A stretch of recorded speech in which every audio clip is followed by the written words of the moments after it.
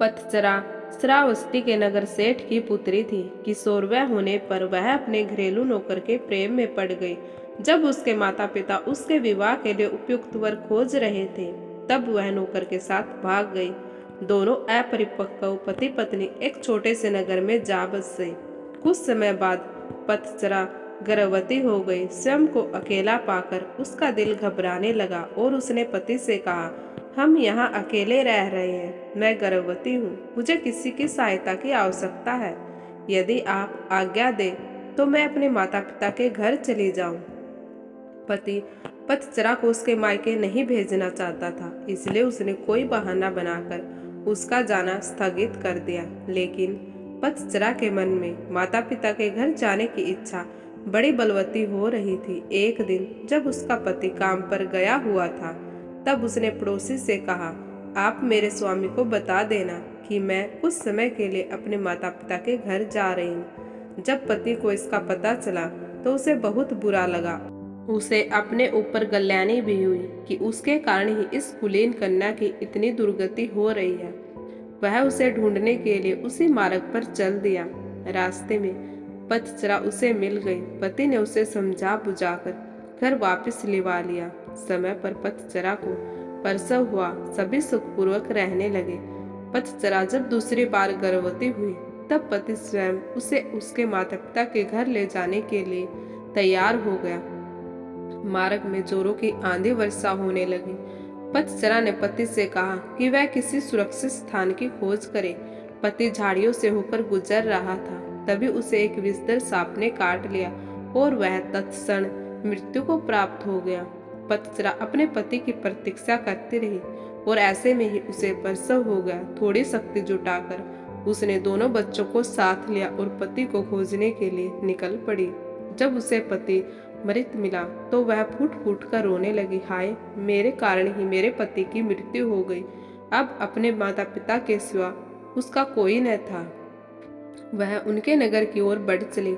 रास्ते में नदी पड़ती थी। उसने देखा कि दोनों बच्चों को साथ लेकर नदी पार करना कठिन था, इसलिए बड़े बच्चे को उसने एक किनारे पर बिठा दिया और दूसरे को छाती से चिपका कर दूसरे किनारे की ओर बढ़ चली। वहां पहुंचकर उसने छोटे बच्चे को कपड़े में लपेटकर झाड़ियों में रख दिया और बड़े बच्चे को लेने के लिए वापस नदी में उतर गई। नदी पार करते समय उसकी आंखें छोटे बच्चे पर ही लगी हुई थी। उसने देखा कि बड़ा सा गीद बच्चे पर झपट कर उसे ले जाने की चेष्टा कर रहा था। वह चीखी चिल्लाई, लेकिन कुछ नहीं हुआ।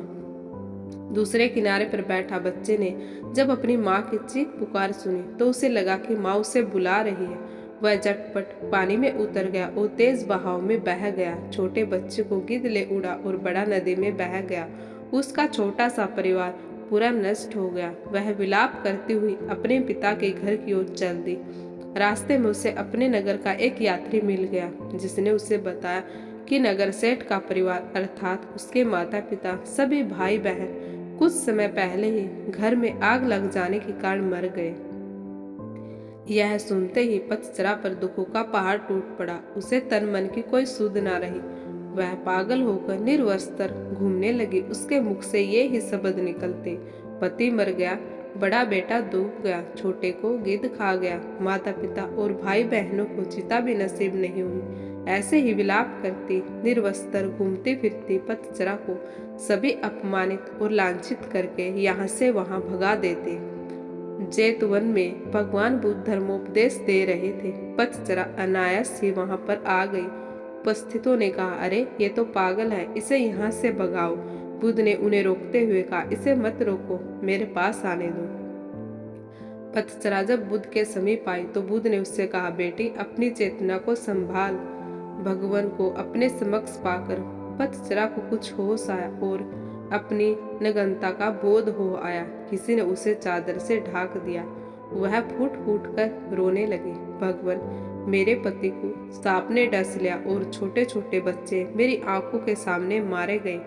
मेरे माता पिता बंधु बांधव सभी जलकर मर गए। मेरा अब कोई नहीं है, मेरी रक्षा करो। बुद्ध ने उससे कहा, दुखी मत हो, अब तुम मेरे पास आ गई हो। जिन परिजनों की मृत्यु के लिए तुम आंसू बहा रही हो, ऐसे ही अनंत आंसू तुम जन्म जन्मांतर से बहाती आ रही हो। उनसे भरने के लिए तो महासमुंदर भी छोटे पड़ जाएंगे। तेरी रक्षा कोई नहीं कर सकता। जब मृत्यु आती है तो कोई परिजन काम नहीं आता। यह सुनकर पतज्जरा का शोक कुछ कम हुआ। उसने बुद्ध से साधना की अनुमति मांगी। बुद्ध ने उसे अपने संग में शरण दे दी। धर्म के परम स्रोत के इतने समीप रहकर पतज्जरा का दुख जाता रहा। वह नित्य ध्यान व ज्ञान की साधना में निपुण हो गई। एक दिन स्नान करते समय उसने देखा कि देह पर पहले डाला गया पानी कुछ दूर जाकर सूख गया। फिर दूसरी बार डाला गया पानी थोड़ी और दूर जाकर सूख गया और तीसरी बार डाला गया पानी उससे भी आगे जाकर सूख गया। इस अत्यंत साधारण घटना में पतज्जरा को समाधि का सूत्र मिल गया। पहली बार उड़ेले गए पानी के समान कुछ जीव अल्प आयु में ही मर जाते हैं। दूसरी बार उड़ेले गए पानी के समान कुछ जीव मध्यम वयता में चल बसते हैं और तीसरी बार उड़ेले गए पानी के जैसे कुछ जीव अंतिम व्यस में मरते हैं। सभी मरते हैं, सभी अनित्य हैं। ऐसे में पतज्जरा को यह भान हुआ जैसे अनंत करुणावान प्रभु बुद्ध उससे कह रहे हो, हाँ पटाचार्य, समस्त प्राणी मरण धर्मा है। इस प्रकार पतज्जरा उन बौद्ध साधिकाओं में गिनी गई जिनको निप्रयास से एक जीवन काल में ही निर्वाण प्राप्त हो गया। तो आपको यह महात्मा बुद्ध की कहानी कैसी लगी प्लीज़ कमेंट करके ज़रूर बताएं। अगर यह कहानी आपको पसंद आए तो प्लीज़ चैनल को लाइक करें, शेयर करें और सब्सक्राइब करना बिल्कुल ना भूलें। बेल आइकन को जरूर प्रेस कर लें और वीडियो को अंत तक देखने के लिए आप सभी का बहुत बहुत धन्यवाद।